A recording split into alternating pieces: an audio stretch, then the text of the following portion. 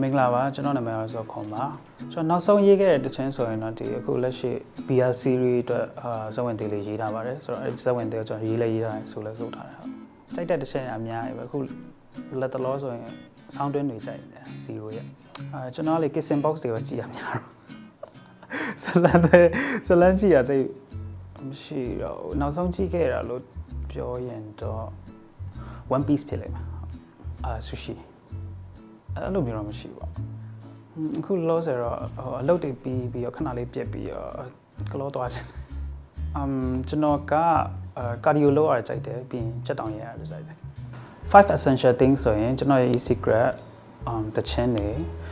ကျွန်တော်အိမ်ရကျွန်တော်ဖုန်းပြီးတော့အိတ်တာပေါ့နော်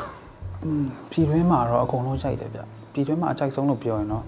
လောလောဆယ်0ပေါ့နော်0ဘန်ကိုကြိုက်တယ်ပြပမှာတော့all time favorite ကAdele ကိုကောလက်လုပ်ချင်0ကျွန်တော်ပြင်ဆင်ချင်တဲ့အချက်ဆိုရင်တော့စိတ်တက်ကြမြန်တဲ့စိတ်ကြီးကိုပြင်ချင်တာအခုအမတ်တရားဖြစ်ဆုံးဆိုရင်တော့အခုနောက်ဆုံးရေးတဲ့ BR series အတွက်ရေးတဲ့ဇဝင်သေးပေါ့နော်အချိန်တော်တော်ကြီးကြာတယ်3ရက်လောက်မအိတ်လိုက်ရအောင်3ရက်လောက်ရေးမချိုးပဲရေးထားတဲ့ချင်းပေါ့နော်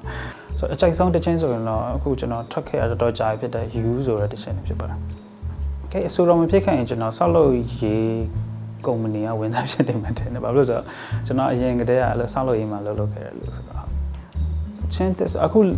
လက်ရှိမှာကျွန်တော် Philophobia ဆိုတဲ့ album လေးထွက်ထားတယ်ဆိုတော့ချင်း setup ပုတ်ပါတယ်အဲ့ဒါလေးတော့ရှိတယ်ဝန်ထမ်းထောင်ပေးပါအောင်